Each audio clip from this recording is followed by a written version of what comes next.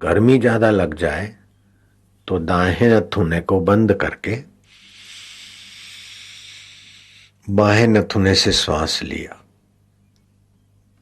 जरा रोका और दाहिने से श्वास को छोड़ा और गर्मी, शरीर की गर्मी को मैं बाहर निकाल रहा हूं। ऐसा 4 से 5 प्राणायाम तो गर्मी के प्रभाव को तोड़ देगा। जाड़ों में सर्दी लगती है, खांसी होती है, अपने वैद्य जो नेता है ना, तो हाँ जी सही जी प्रणाम, मैं क्या सर्दी लग गई है सर्दी? हाँ बोले मेरे लिए दवा। ठीक नहीं, मैं क्या सर तो दवाई क्या लेती? सूर्य नाड़ी का सूर्य भेदी प्राणायाम करो, दाहिने नाक से श्वास लो अच्छी तरह से और रोको। उस समय पेट को अंदर रखो और योनि को सकोड़ के रखो तो और ज्यादा लाभ होगा। श्वास लो और फिर दाहिने नाक से श्वास लिया, बाहें से छोड़ दो। ऐसे 5-7 बार करो। 2-4 घंटे में बोले सब ठीक हो गया। तो आयुर्वेदिक दवा निर्दोष तो है लेकिन समय लगाती है। एलोपैथी दवा फास्ट तो है लेकिन रिएक्शन करती है। लेकिन प्राणायाम की विद्या न रिएक्शन करती है न ज्यादा देर लगाती है, फटाक से जवाब दे देती है। लो ये एक बार मक्राक्ष भयंकर राक्षस, मक्राक्ष ने रावण को पकड़ लिया और रावण की ऐसी बुरी हालत की कि क्या कहे महाराज। मक्राक्ष दैत्य ने रावण की ऐसी हालत की कि रावण की जो सुंदरी थी, प्रेयसी थी, उसके सामने, अपनी प्रेयसी के सामने अपमान हो, गाली सुननी पड़े, जूते कोई मार दे, तो स्त्री के सामने पुरुष मार खाए तो उसको तो मार की इतनी पीड़ा नहीं होती जितना स्त्री भगत को स्त्री के सामने अपमान की पीड़ा होती। और वो जो सुंदरी थी रावण की, वो रावण पर कुर्बान जाती थी। तो मकराक्ष ने निर्णय किया कि रावण को यज्ञ में होम देंगे और बाद में ये तेरी प्रेयसी को भी यज्ञ में होम देंगे, फिर वहां प्रेतों के भटकना।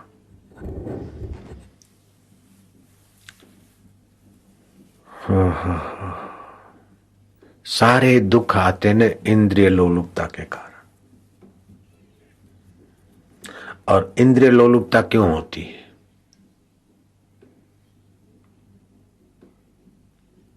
कि मन में वासना, राग और द्वेष के कारण। राग द्वेष क्यों होता है?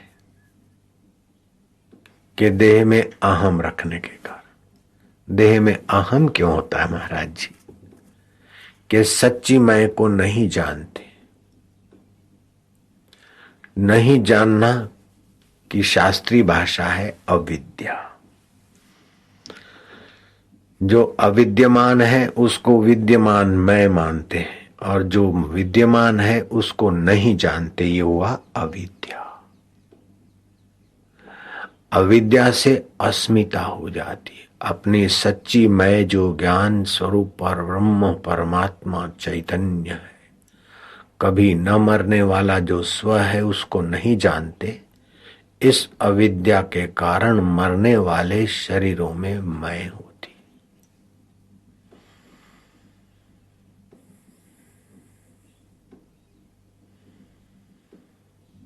मरने वाले शरीरों में मैं आने से वही ज्ञान स्वरूप चिदघन चैतन्य जीव का असली स्वरूप, जिसकी मौत नहीं होती, जिसको वास्तविक में दुख दुखी नहीं कर सकता, जिसको वास्तविक में संसार का विकारी सुख सुखी नहीं कर सकता, अगर संसारी सुख तुम्हें सुखी कर सकता तो अभी अपन दुखी क्यों है? और संसारी दुख अपने को दुखी ही कर सकता तो बीच बीच में हम सुखी कैसे हो गए? तो दुख सच्चा नहीं है, सच्चा सदा रहता है। सुख भी सच्चा नहीं है, संसारी सुख। तो महाराज फिर क्या? ये बहुत ऊंची बात आप सुनने जा रहे।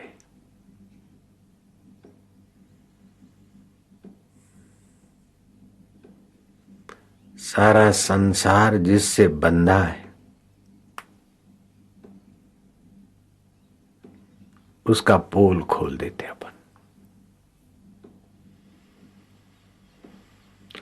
अनुकूल वेदन्यम सुखम, प्रतिकूल वेदन्यम दुखम। जो मन के अनुकूल लगता है उसको अपन सुख मानते, मन के प्रतिकूल लगता है उसको दुख मानते। ये मेरा मित्र है, देखकर सुख हुआ, और उसी को देखकर दूसरा लोग दुखी हो गया क्योंकि वो दूसरे का शत्रु। शराब, कबाब और अंडा का आमलेट अथवा जो कुछ, वो देखकर सुख हुआ शराबी कबाबी को, उसका उसमें राग है। आपको देखकर दुख हुआ, अपमान हुआ कि हम इतने नीच हैं क्या कि ऐसी नीच चीजें खाएंगे। आमलेट दे रहे प्रसादी में है, छी। हम आए और हमारा स्वागत करते शराब, कबाब और आमलेट से। पता नहीं कि हम साधक हैं, बापू के शिष्य हैं। ये तो कैसे आदमी है, सेठ है लेकिन इनको अक्ल नहीं है। तुरंत आप फतवा दे डालोगे।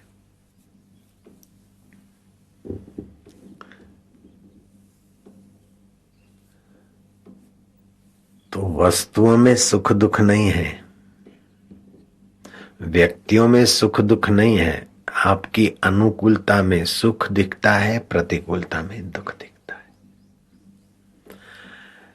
गर्मी में ठंडी हवा सुख रूप है और सर्दी में ठंडी हवा दुख रूप हो जाती। गर्मी में गर्म हवा दुख रूप हो जाती, ठंडी हवा सुख रूप हो जाती। गर्मी में ठंडा पानी सुख लगता है और गर्म पानी पीने को मिले तो दुख लगता है। तो वस्तुओं में सुख दुख नहीं है, इंद्रियों में भी सुख दुख नहीं है। इंद्रियों को करण बोला जाता है।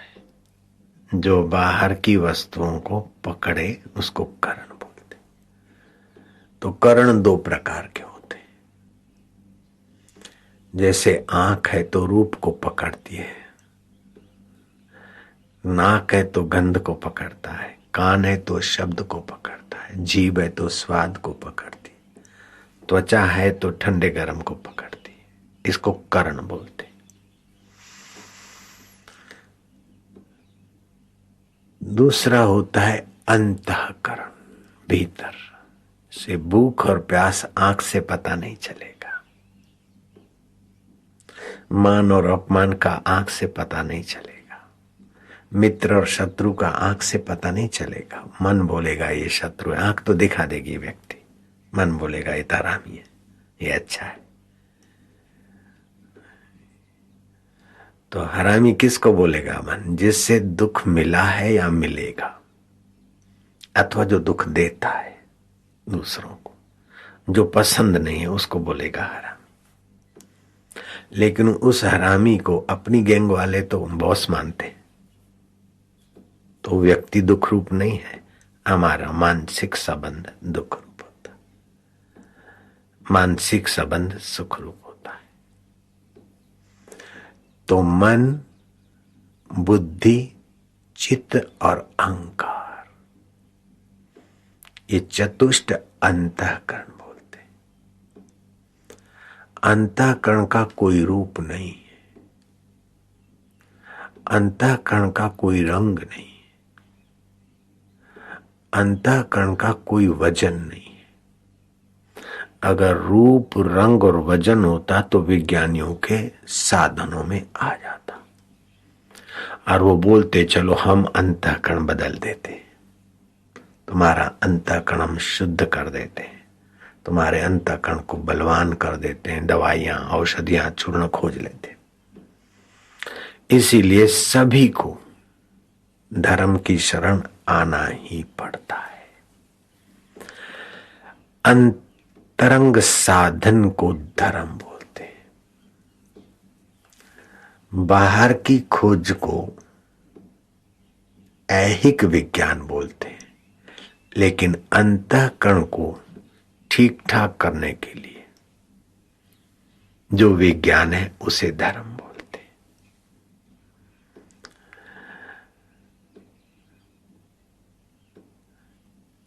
तो अंतःकरण का कोई रूप नहीं, कोई रंग नहीं, कोई वजन नहीं, कोई आकृति नहीं, फिर भी वह अंतःकरण है, ऐसा सभी को मानना पड़ता है। विज्ञानी लोग मन की कल्पना का नाम मनोविज्ञान रख देते। मनोविज्ञान क्या है? मन की कल्पना ही। लेकिन भारतीय संस्कृति, हिंदू धर्म ने तो इससे भी बहुत बहुत आगे की बातें कह दी, लाखों वर्ष करोड़ों वर्ष पहले। फ्राइड का मनोविज्ञान उसकी रुग्ण मानसिकता की खबर दे रहा है। वो बचपन में अपनी मां पर कामी हो गया था, तो उसने वो ऐसी कल्पना जोड़ दी कि लड़के को मां पर काम विकार होता है, लड़की को बाप पर होता है। लेकिन बाप पर काम भोगने की संभावना न होने से मां के साथ लड़की की नहीं बनती, यही कारण है। और बेटे का मां के प्रति काम विकार होता और बाप आड़ा आता है, इसलिए बेटे और बाप की नहीं बनती, और समाज में ऐसा दिखता भी है। दिखता है तो रुग्ण मनोविज्ञान कहता है कि ये कारण है। लेकिन नारदीय मनोविज्ञान, वशिष्ठ मनोविज्ञान, पातंजलि मनोविज्ञान, हिंदू धर्म का मनोविज्ञान कहेगा कि बेटी मां के संग रहती है, तो मां उसको अपने ढांचे में डालना चाहती है, और बेटी का अपना अहम है, तो मां उसको रोकती है, टोकती है। तो मां के मान्यता का और बेटी के अहम का टकराव होना स्वाभाविक है, इसलिए बेटी मां से कतराती। हाँ, जिसकी बेटी चालाक और मां बुद्धू है, उन मां बेटी की बन जाएगी। अथवा जिसकी बेटी के अहम ढीला है और मां का समझाने की रीत मनोवैज्ञानिक है, बेटी देख ऐसा नहीं, ऐसा ऐसा, तो उनका मेल हो जाएगा। झगड़े कहां होते हैं? अहम टकराते, इसी का नाम झगड़ा है। जैसे कयादू का पति का अहम है कि मैं ही भगवान हूं, राजा ही भगवान होता है और कोई भगवान विष्णु नहीं होता, मेरे भाई को मारने वाला विष्णु भगवान नहीं, उसका पूजन नहीं कर रहे। और नारद जी की कृपा से कयादू के गर्भस्थ बालक प्रहलाद में भगवान की भक्ति थी, और प्रहलाद भक्ति संपन्न बालक जहां कुछ देखता है तो वहां उसमें ईश्वर की सत्ता, ईश्वर की स्फूर्ति, ईश्वर का चैतन्य, ईश्वर का आनंद और ईश्वर ही ज्ञान स्वरूप है। और वही पाप ताप को, दुख को हरने वाले हैं और अपना सत्व भरने वाले, इसलिए उन्हें हरि कहते हैं। वही नर नारी का अयन आत्मा होकर बैठे, इसलिए उसे नारायण कहते। वही अच्युत की लीला है, जो कभी अपने पद से, अपने अस्तित्व से च्युत नहीं होता। शरीर अपने अस्तित्व से च्युत हो जाएगा, मर जाएगा। नेता अपने कुर्सी से च्युत हो जाएगा, सेठ अपने धन से च्युत हो जाएगा। बड़े बड़े लोकपाल जिनकी कल्प तक की आयुष्य थी, ऐसे लोग भी च्युत हो जाते कल्प के अंत में। चतुर्युगी की आयु लेने वाले लोग भी चले गए। तो हिरण्याकश्यपु ने तप करके इतनी बड़ी आयुष्य और इतना बड़ा सामर्थ्य ले लिया था 44 लाख वर्ष होते चतुर्युगी में, करीब। हाँ होते 43,32,000 वर्ष, मतलब करीब 44 लाख वर्ष की एक चतुर्युगी होती है।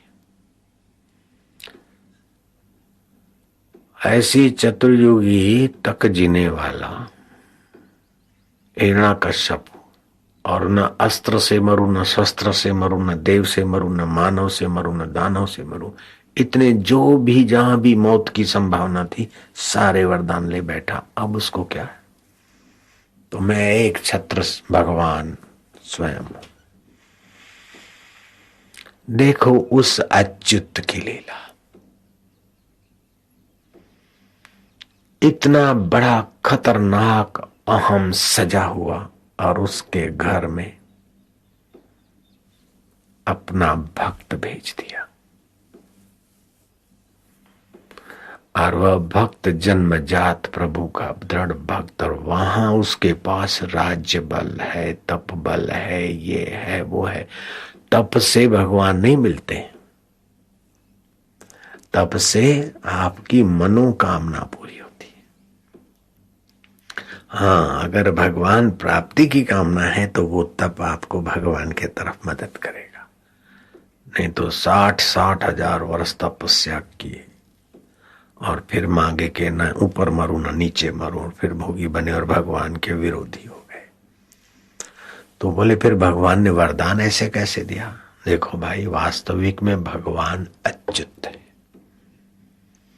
अच्युतम केशवम राम नारायणम कृष्ण दामोदरम वासुदेवम। वासुदेव सब में बस रहा है, वही अच्युत।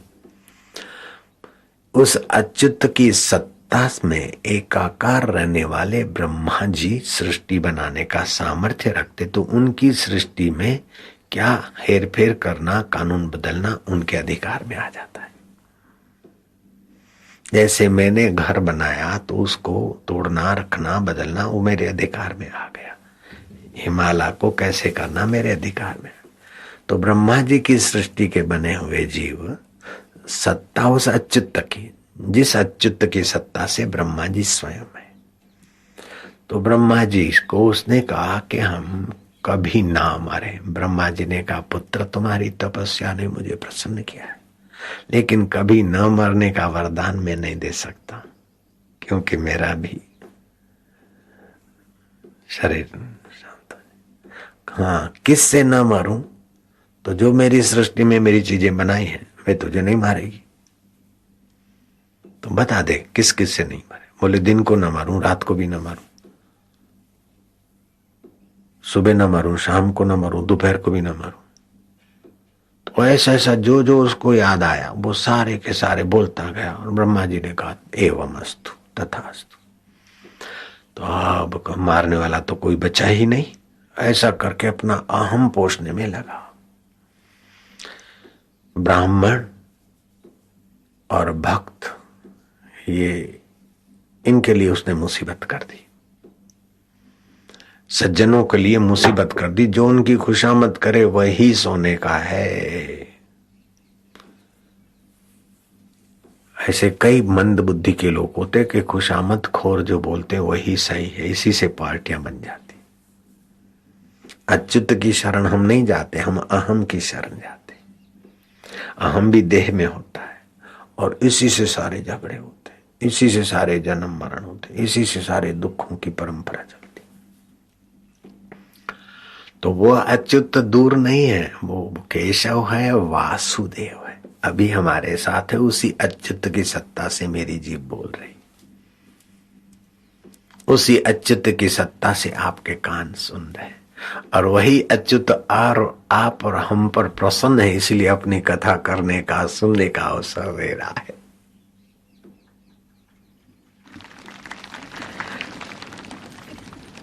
हे परमेश्वरा, हे अच्युत, ये अंतःकरण और शरीर तो एक प्रकार की वीणा है, साधन है। उन साधनों से तू अपनी लीला करके अपने शरण लाए। बाकी तेरी माया तो अपनी शरण खींचती है, और तेरे वचन है, देवी हेशा गुणमयी मम मारा दुरतया। ये मुझ अच्युत देव की माया है। माया, मां माना जो हो नहीं और दिखे बिल्कुल ठोस। हो नहीं और दिखे ठोस, जैसे स्वप्न में कुछ नहीं होता और बड़ा ठोस दिखता है कि बाघ खा रहा है, शादी हो रही है, बाराती भोजन कर रहे हैं, झगड़ा हो गया, मेरे को लोग मार रहे और लोग चीखते हैं और सपने में उठ के खड़े हो जाते। सपना तो टूट जाता है लेकिन पसीना और डर की धड़कनें बाद में भी रहती है। ये सपने की माया है, ऐसे ये जागृत की माया। स्वप्न ये जीव के संकल्प की माया है और जागृत ये ब्रह्मा के संकल्प की माया।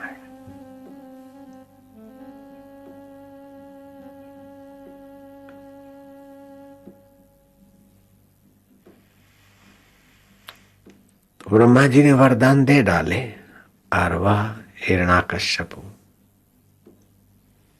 जब जुल्म करने लगे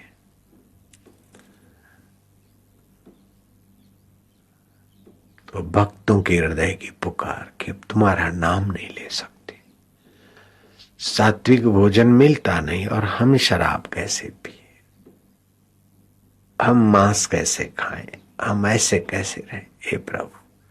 और जो भी सात्विकता से जीते थे वो छुप छुप कर जीते थे।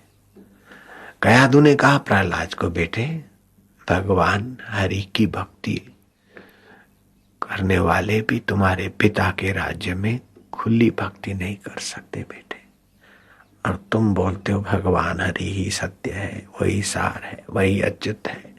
बेटा तुम्हारे पिताजी नाराज होते,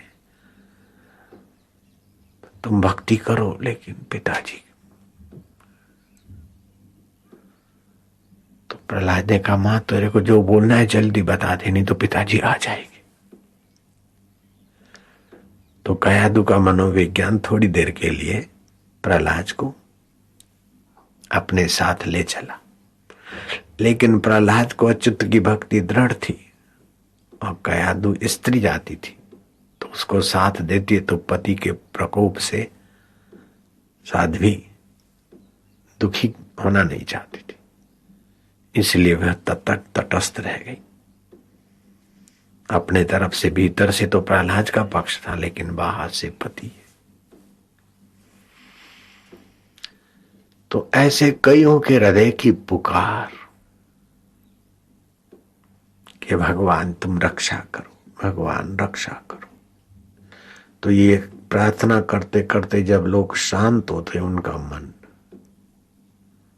अंतःकरण भगवान की प्रार्थना करके जब द्रवित होता है, तब वो ज्ञान स्वरूप जो अच्युत है, ऐसा नहीं कि मरने के बाद कहीं जाएंगे और वो अच्युत को देखेंगे, नहीं, अब भी जहां से बोल रहे हैं हम, तुम सुन रहे हो, अच्युत की सत्ता से बोल रहे।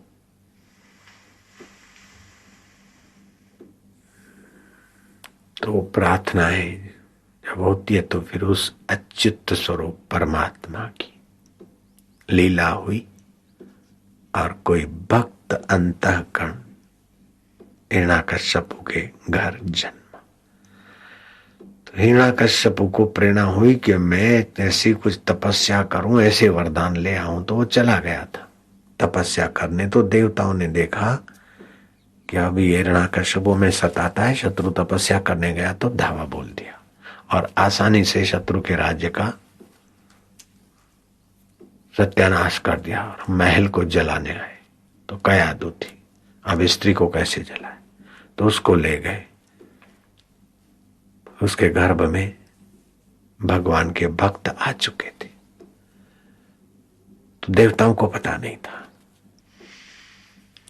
लेकिन वो जो अच्युत है उसी अच्युत का संकल्प है देव ऋषि नारद की आकृति। अभी भी वे प्रकट हो सकते हैं, किसी रूप में भी आके बैठ सकते हैं देव ऋषि नारद। और फिर उस रूप में आकर कह सकते कि मैं परसों आऊंगा। आप कौन हो ब्राह्मण कि मैं परसों आऊंगा? आपको नारद जी के दर्शन हो जाएंगे। आए परसों को मेरे पास नहीं, दूसरे महापुरुष के पास, या फलानी तिथि को आऊंगा। हनुमान प्रसाद पोजदार जी के पास आए थे।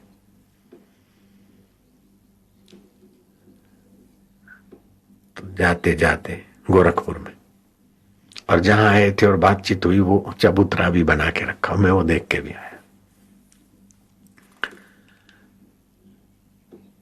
तो देव ऋषि नारद वहां प्रकट हुए कि इस अबला को कहां ले जा रहे हो? बोले हम अबला को तो नहीं मारेंगे, लेकिन इसके गर्भ में हमारे शत्रु का बीज है। हिरण्यकश्यप हमारा शत्रु है, और दैत्यों का बल इतना है कि हमारे को चूर्ण कर दिया, और अभी हम विजेता हुए। तो सांप का बच्चा भी सांप होता है, ऐसे हिरण्यकश्यप का बच्चू है तो हिरण्यकश्यप जैसा दुख देगा। नारद ने कहा सावधान इंद्र, तुम्हें ये शोभा नहीं देता। बोले ये गर्भस्थ बालक को हम इसलिए नहीं मारते कि भ्रूण हत्या महापाप है। ये बाई को ले जाते हैं स्वर्ग में, जब प्रसूति करेगी तब उसके बच्चे को मार देंगे। तो जीवित बालक को मारने में तो बालक मारने का पाप लगता है, लेकिन गर्भस्थ बालक को मारने से भ्रूण हत्या लगती है, वो महापाप माना जाता है। लेकिन गर्भस्थ बालक मारने योग्य नहीं है, क्योंकि वो भगवान का भक्त है। कोई जाति वाला ऐसा ना माने कि भाई बापूजी तो हिंदू हैं, बापूजी तो फलाने हैं।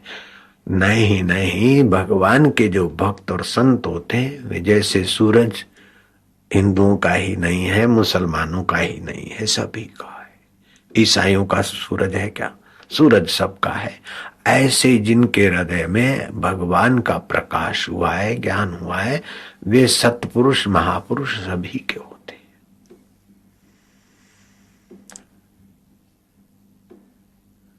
ऋषि दयानंद एकदम खुला बोलते थे। मैं तो इतना कड़क नहीं बोलता हूं किसी के लिए, तो पंडितों की धज्जियां उड़ा देते थे।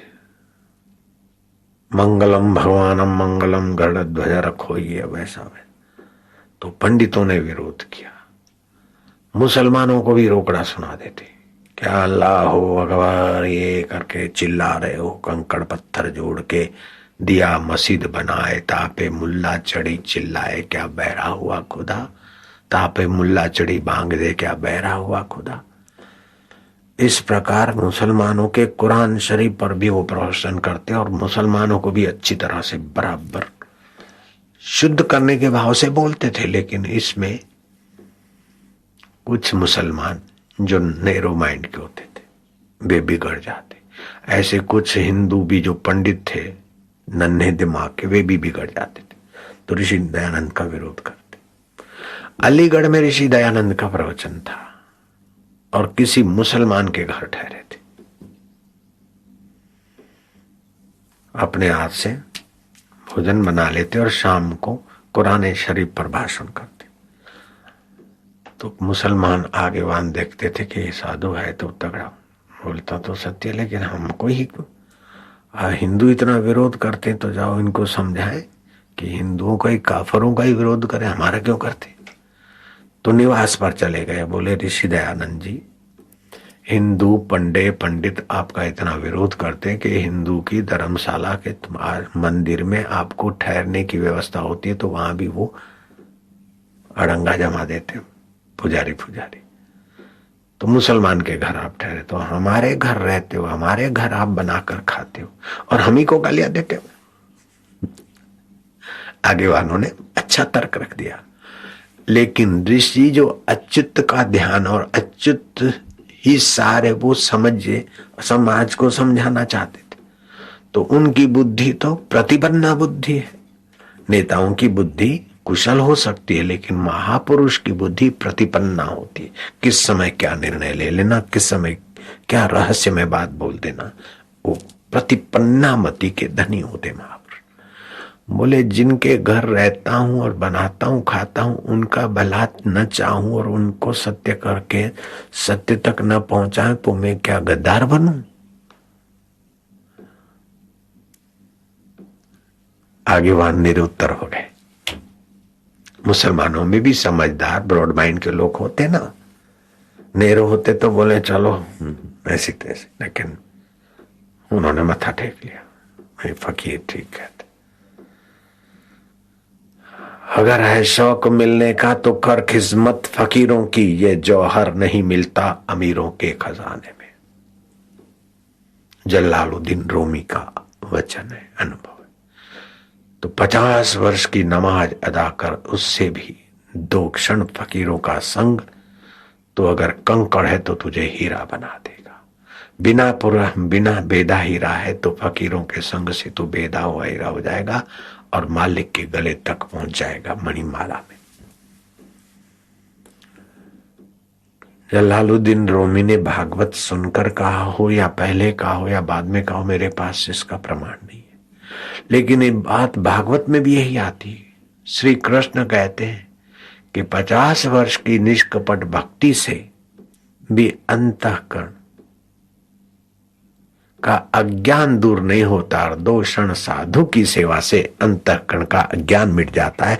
इसीलिए जलाशयों में तीर्थ बुद्धि करने वाले, मूर्तियों में भगवत बुद्धि करने वाले, कुटुंब को अपना मानने वाले और देह को मैं मानने वाले लोग अगर महापुरुष में भगवत बुद्धि पूज्य बुद्धि नहीं कर पाते तो साक्षात गोखरा, गोखर माना कुंभार के हाथी, कुंभार का हाथी मतलब मिस्टर डोंकी, मिस्टर डोंकी माना साक्षात वे गधे हैं। संसार का भार टेंशन ढो ढो के मर जाएंगे, अपने हृदय के आनंद स्वरूप अच्युत की करीबी सत्संग के बिना, महापुरुषों की कृपा के बिना नहीं मिलती। इसी बात को कबीर जी ने अपने ढंग से कहा, तीर्थ नाए एक फल धर्म लाभ होगा, संत मिले फल 4 धर्म अर्थ काम मोक्ष, सतगुरु मिले अनंत फल। अनंत तो अच्युत है परमात्मा, उसकी समझ आएगी, उसी में विश्रांति आएगी। बड़ा सूक्ष्म विषय है ये।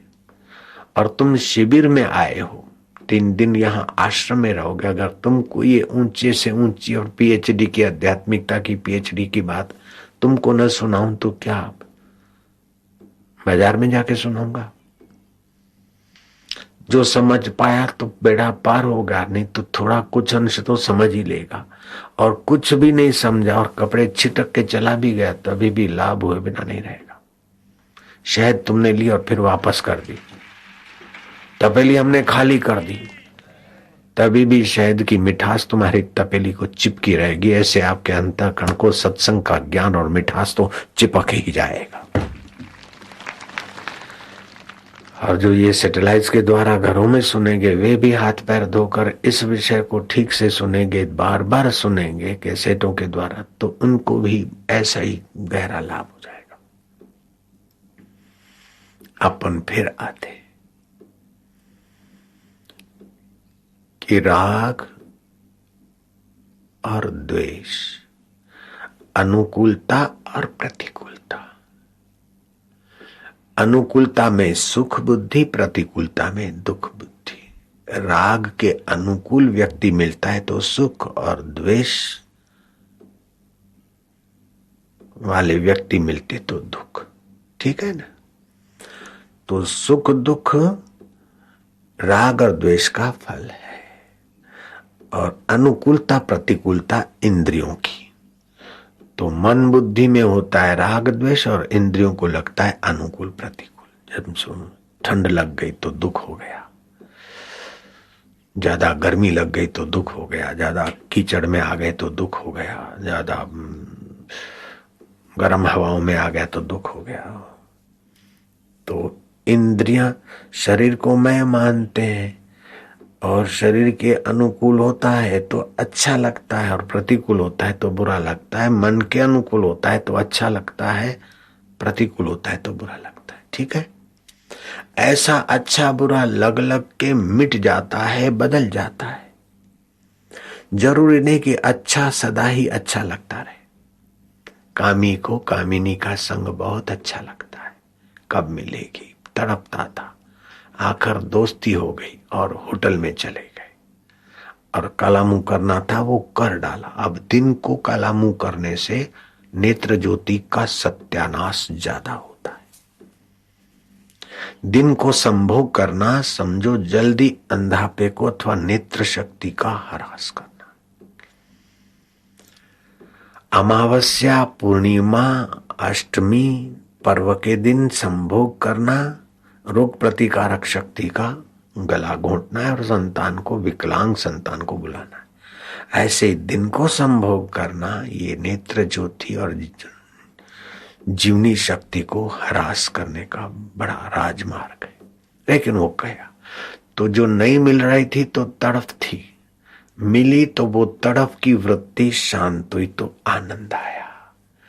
अब मिले और एकदम अधिक से अधिक निकट मिले कामी आदमी जो भी उसको, तो वो काम सेक्स की जो क्षणों में जो सुख मिला वो स्त्री समझती है कि पति से मिला, पति समझता है स्त्री से मिला, लेकिन बिल्कुल ये अविद्या है। नासमझी के कारण हम मरे जा रहे।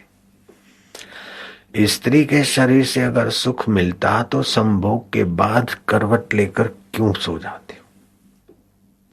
अगर पुरुष से ही सुख मिला तो फिर आपस में झगड़ते क्यों? सुख से तो कोई झगड़ता नहीं।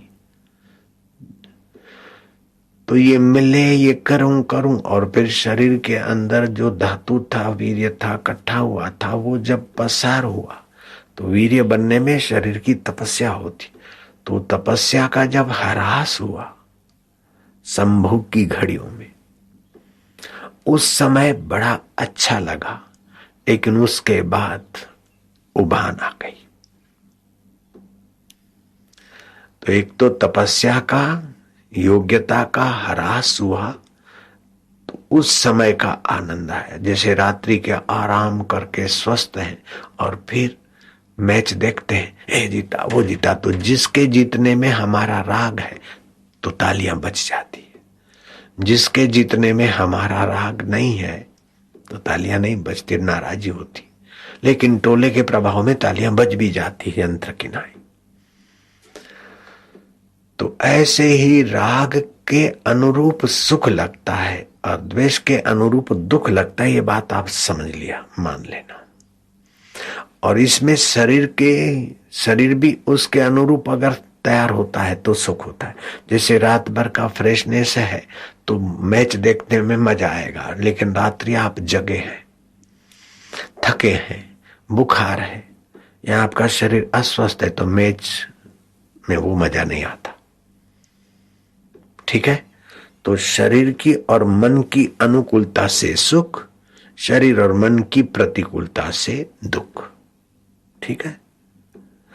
अब क्या है कि नासमझी से शरीर में अपने मैं को जाना नहीं, अविद्या के शरीर में अहम प्रत्यय हो गया। तो शरीर में अहम प्रत्यय हो गया तो मन में भी अहम प्रत्यय हुआ, बुद्धि में भी अहम प्रत्यय हुआ, चित्त में भी अहम प्रत्यय हुआ, अहंकार में भी अहम प्रत्यय हुआ। तो मन, बुद्धि, चित्त, अहंकार सब, शरीर और मन, बुद्धि, चित्त, अहंकार सब एक हो गए, मिल गए। तो इसी से हमको दुख, सुख और वासना के धपेड़े चपेड़ों से भटकते रहते। तो ये बात भगवान भी मानते कि मेरी माया दुस्तर है। किसकी माया? कि मेरी माया। मेरी माया माना क्या? देवी, उस देव, अच्युत को देव भी बोलते। देवी हेषा गुणमयी मम माया दुरत्यया। ये माया तरना दुस्तर है। लेकिन निराश न हो मेरे बच्चे, मनुष्य जीवन में तरने वाली मति, गति, सत्संग और शास्त्र है। इसलिए भगवान ने कहा मामेव देवी हेषा गुणमयी मम माया दुरत्यया मामेव प्रपद्यन्ते मायाम एताम तरन्ति ते। जो मुझ अच्युत की, ज्ञान स्वरूप आत्मदेव की शरण जाते हैं, वे इस माया को तर जाते हैं। तो अब आप ज्ञान स्वरूप अच्युत की शरण कैसे जाओगे? ये सत्संग से ही समझ पाओगे, तपस्या से नहीं, उपवास से नहीं, तीर्थ यात्रा से नहीं। इसलिए तीर्थ फल एक, संत मिले फल चार, सतगुरु मिले सत्य का, जिसको अच्युत का अनुभव हुआ वह सतगुरु के रूप में आपको मिला, तो उसके वचन सत्य करके माने, तब होगा अनंत फल। भगवान नारायण भी राम जी होकर आते हैं तो सतगुरु की शरण जाते, कृष्ण भी सतगुरु की शरण जाते। तो सतगुरु का पद बहुत ऊंचा पद है। कुछ लोग साधना तपस्या करके, जैसे हिरण्याकश्यपु भगवान बन बैठा था, ऐसे अपने अपने इलाके और अपने अपने भक्तों के बीच भगवान बन जाते। ऐसा एक भगवान मेरे पास आया, खूब रोया कि मेरे को, आज से 30 साल पहले, कि मेरे को मेरे इलाके के लोग भगवान मानते थे, अब वही मेरे विरोध में हो गए और मेरी शक्ति चली गई। तो मैं उस अच्युत की शरण गया। अच्युत की शरण ऐसा नहीं तो कोई पैर वैर था या कोई मूर्ति को जाके पकड़ा, नहीं। अच्युत की शरण होना मतलब अपने इंद्रियों को मन में, मन को बुद्धि में, बुद्धि को। तो सृष्टि के पहले अच्युत था, अब भी है, बाद में रहेगा, उसमें सब भरा है। तो मैंने उस साधु को, आज से 32 साल लगभग पहले, वाराही में मेरा सत्संग था, भीड़ तो खूब हो गई थी। तो वो सन्यासी साधु था, तो बूढ़ा बुजुर्ग था, उसके आगे तो मैं बालक की नहीं था। तो अलग से मिलने का टाइम उसको दिया कमरे में, तो खूब रोया। तो मैं, क्या महाराज आप त्राटक करते थे क्या? बोले हाँ। मैं, क्या त्राटक करने से आपकी संकल्प शक्ति बढ़ी? फिर आप पानी में देखकर लोगों को देते थे तो ठीक हो जाते थे, अथवा कोई चीज को देख के दे देते थे तो आपका संकल्प उनको मदद करता था, उनका काम हो जाता था, तो लोग आपको भगवान मानते थे। और भगवान वास्तविक मां क्या है? वो तो भगवान जिसको जताते वही है भगवान। ऐसे तो सभी अपने अपने इलाके के बॉस बन जाते, भगवान बन जाते, क्योंकि सारे अहम को सत्ता तो उसी भगवान से आती, लेकिन इसीलिए सभी अहम अपने अपनी जगह पे भगवान। एक सन्यासिनी बहुत बीमार हो गई थी और डॉक्टर ने हाथ उठा दिए थे, वो अभी अहमदाबाद में है। तो हमारी परिचित थी, तो हम उनसे मिलने गए थे। 100 साल की उम्र थी। तो उसके भक्त बोल रहे थे कि फलाने भक्त ने तो कहा कि मैं भगवान बोल रहा हूं, माता जी को कुछ नहीं होगा। तो देखो माता जी, डॉक्टरों ने बोला माता जी अब गई, बुला लो, 1% भी संभावना नहीं। हो पेट में सारंग गांठ है और खून की उल्टियां हैं और ये है वो है, 100 साल की उम्र मतलब अब। लेकिन वो भक्त ने कहा मैं भगवान बोल रहा हूं, माता जी को कुछ नहीं होगा। और देखो, तो कभी कभी अहम जब श्रद्धा में भर जाता है तो अहम को पता ही नहीं रहता कि मैं अहम हूं कि त्वम हूं, और एकाकार हो जाता है तो सचमुच में भगवान ही बोल डालता है। इसीलिए आम आदमी की बात भी सब झूठी नहीं होती। उस समय लगता है कि यह संभव नहीं है, लेकिन आम आदमी भी कभी कभी ऐसा बोल डालता है कि असंभव को संभव हो गया। उस समय वो श्रद्धा भक्ति प्रीति से अनजाने में अहम की जगह पर अच्युत की करीबी में होता है। तो मैंने उस साधु को बोल दिया, इसमें कोई मेरा बड़प्पन नहीं है, मेरी कोई बड़ी बहादुरी नहीं है, आप मेरे को बड़ा न मान लो। इसलिए मैंने वो दृष्टांत दे दिया कि अभी 4, 5, 7 दिन पहले की ये घटना है। 3 दिन पहले तो हम गए थे और उन्होंने मेरे को सुनाई।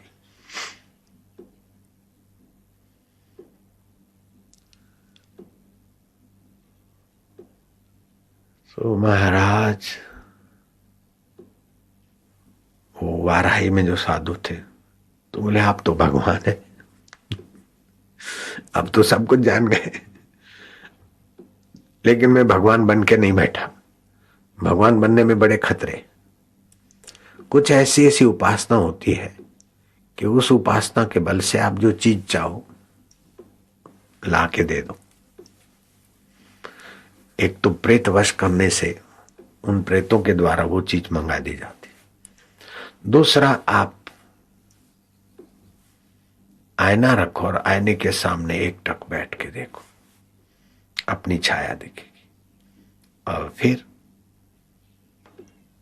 अब ये सेटेलाइज में जाएगा ना, तो फिर किसी की श्रद्धा इधर उधर हो, इसलिए मैं कुछ बातें नहीं बोल पाता।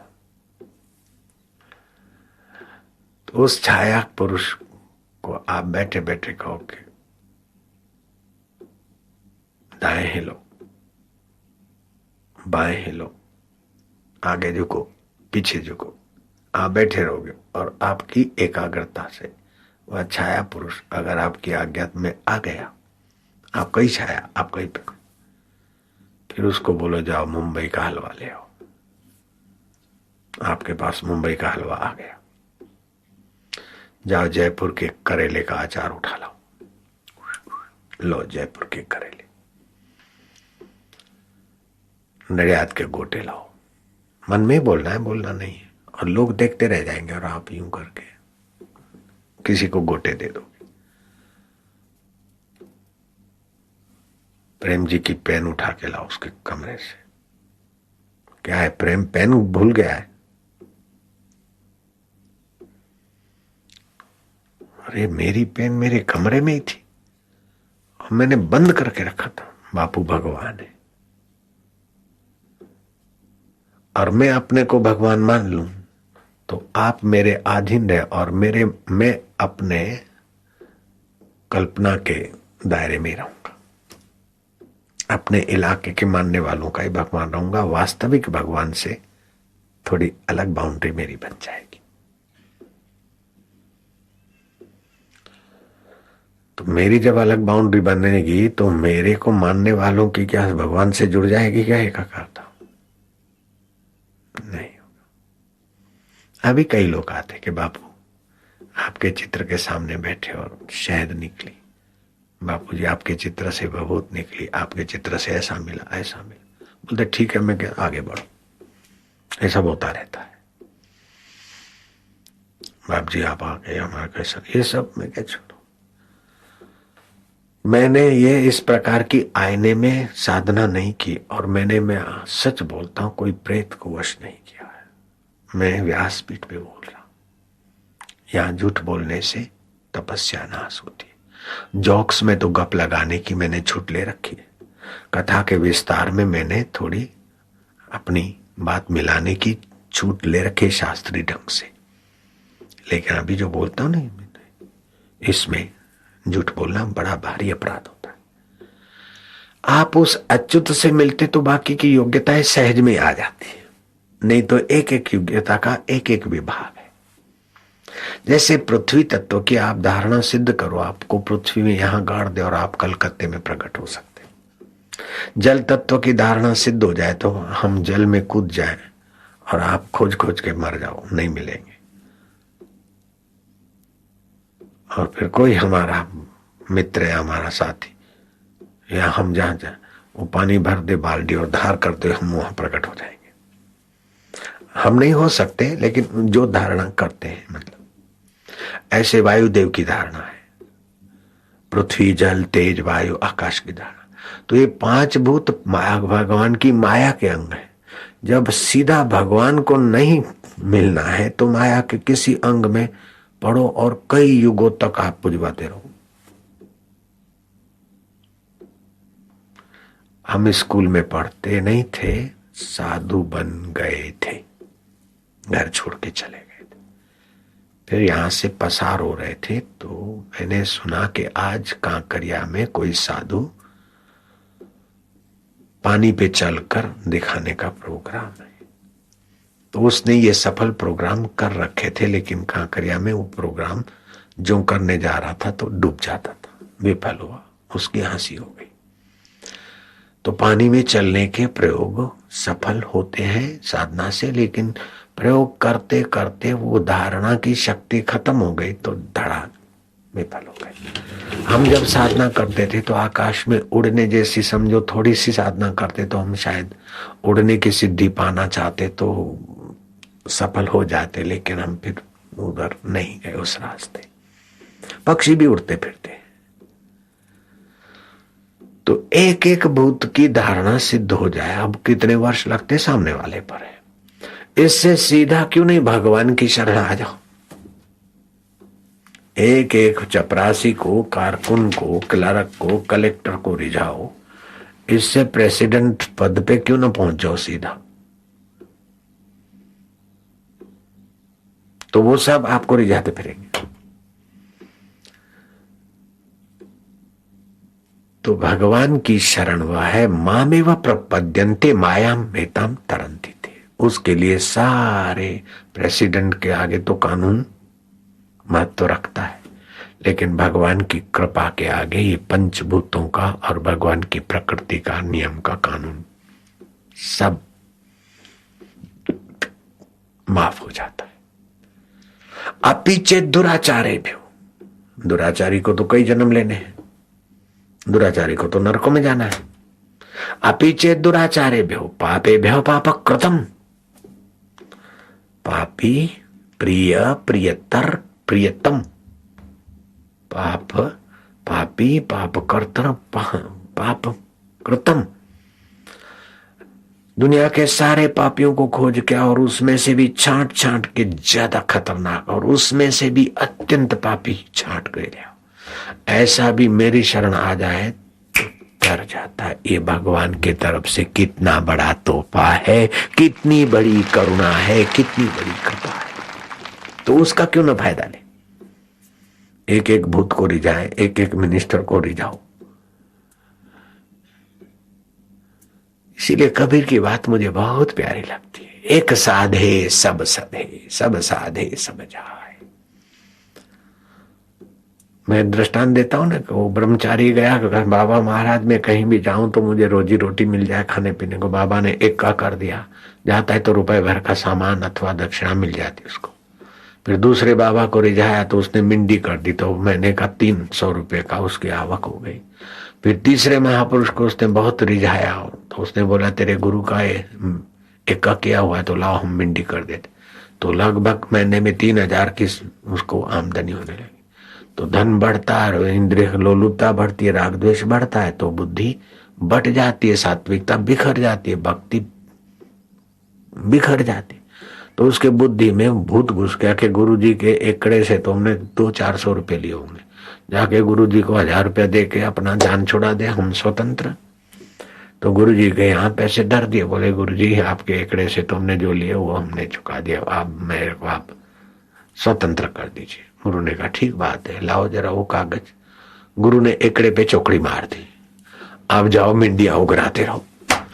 ऐसे उस एक अच्युत से तुम्हारी ये 2 मिंडियां नेत्र देख रहे, उस एक अच्युत चैतन्य से ये 2 मिंडियां नाक की सूंघ रही है, उस एक अच्युत की कृपा करुणा सत्ता से ये कान सुन रहे, उसी के कृपा से नीचे की 2 ये इंद्रियां पेशाब और आदि सफाई कर रही। एक कहते सब होत है, सब ते एक न होए। ये 9 द्वार जो है सब मिलकर भी उस अच्युत को नहीं बना सकते। और अच्युत तो ऐसे शरीर रोज न जाने कितने करोड़ पैदा कर करके अपनी माया में खदबदा के लीन कर देता है। म्युनिसिपालिटी के बत्ती के नीचे कितने पतंगे पैदा होकर आ जाते शाम को और गुनगुनाते नाचते कूदते और सुख के लिए भागते भागते तड़प तड़प के मर जाते। उनको उस समय तो सुख होता है, लेकिन सुख का परिणाम क्या हुआ? दुख। तो वास्तविक में सुख के लिए क्यों तड़पता है हमारा मन और बुद्धि? जहां सुख मिलता है वहां राग होता है, जहां दुख मिलता है वहां द्वेष होता है। द्वेष को या दुख को हटाना है और सुख को थामना है। ये कर करके हमारे कई जन्म पूरे हो गए और अभी भी काफी जन्म पूरा हो गया। दुख मिटा नहीं और सुख टिका नहीं, ये सच्चाई है आपकी हमारी सभी की, है ना।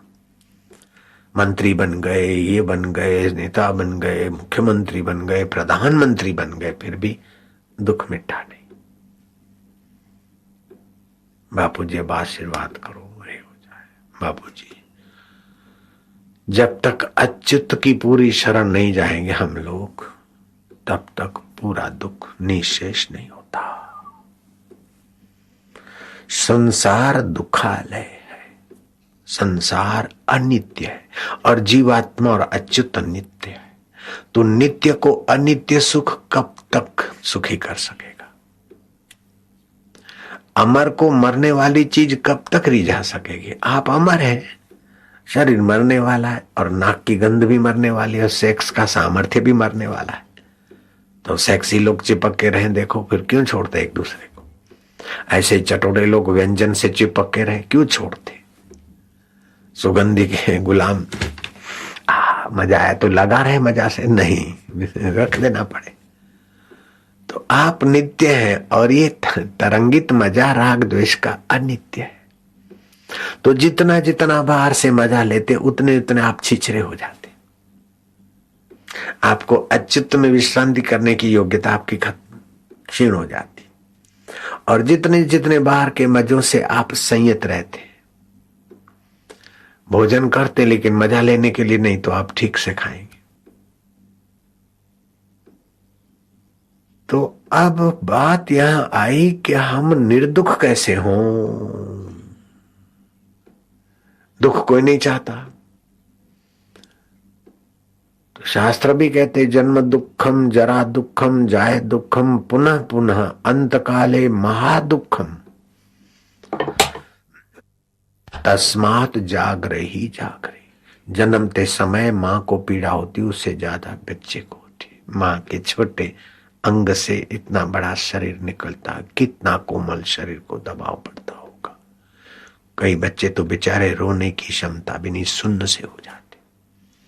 कितनी पीड़ा। मां के गर्भ में हम ऊंधे लटक रहे थे। मां तीखा खाती या गुस्सा करती तो हमारी कोमल चमड़ी पर पीड़ा होती, और गर्भस्थ और जो जीव छोटे मोटे काटते तो हम सुन्न से हो जाते थे। कितना दुख। जैसे ईंट नेवे में निभाड़े में पकती है, ऐसे लिक्विड मां का रज और पिता का वीर्य, उस लिक्विड को पकाते पकाते हड्डियों वाला शरीर और खोपड़ा बनाया प्रकृति ने। तो कितना निभाड़े में तो ईंट 4-6 दिन तक पकती है, हम हजूर 10-10 महीने 9-9 महीने 8-8 महीने पक के आए, और फिर ये मर जाएगा, इतनी पक्की बात है। तो इसका सदुपयोग कर लो, मेरी हाथ जोड़ के प्रार्थना है बस। सत्य वो अच्युत है, उसको पालो। आपके पास वो बुद्धि दी है अच्युत ने। पेट भरना, बच्चे पैदा करना, दुख आए तो भाग जाना, सुख आए तो चिपक जाना, इतना तो कुत्ता घोड़ा गधा बिल्ला पशु सब जानते। आप पढ़ लिख के भी इतना ही किया तो आपने अपने साथ धोखा किया भैया। वाहवाही हुई, सीट बनी रहे, हम मौज में है, लेकिन सीट चली गई, वाहवाही चली गई तो आप दुखी हो जाएंगे ना भैया। सब अनुकूल है, मजा है, लेकिन थोड़ी प्रतिकूलता होगी तो मजा चली जाएगी ना। हम तो चाहते हैं कि अनुकूलता और प्रतिकूलता ये आती जाती रहेगी, लेकिन आप ऐसी जगह पे पहुंचो कि आपके आगे खिलौने हो के चले जाए, आप उस खिलाड़ी के साथ अपना दिल मिलाकर जिए, बस। बहुत ऊंची बात है और बहुत सरल है, सहज है। सिद्धियां पानी है तो मेहनत करनी पड़ेगी, ये करके उसमें मेहनत है। छाया पुरुष को बनाना हुई, उसमें मेहनत है। अच्युत की शरण में मेहनत नहीं है, और उन सब से ऊंचे पद पे आप पहुंच जाएंगे।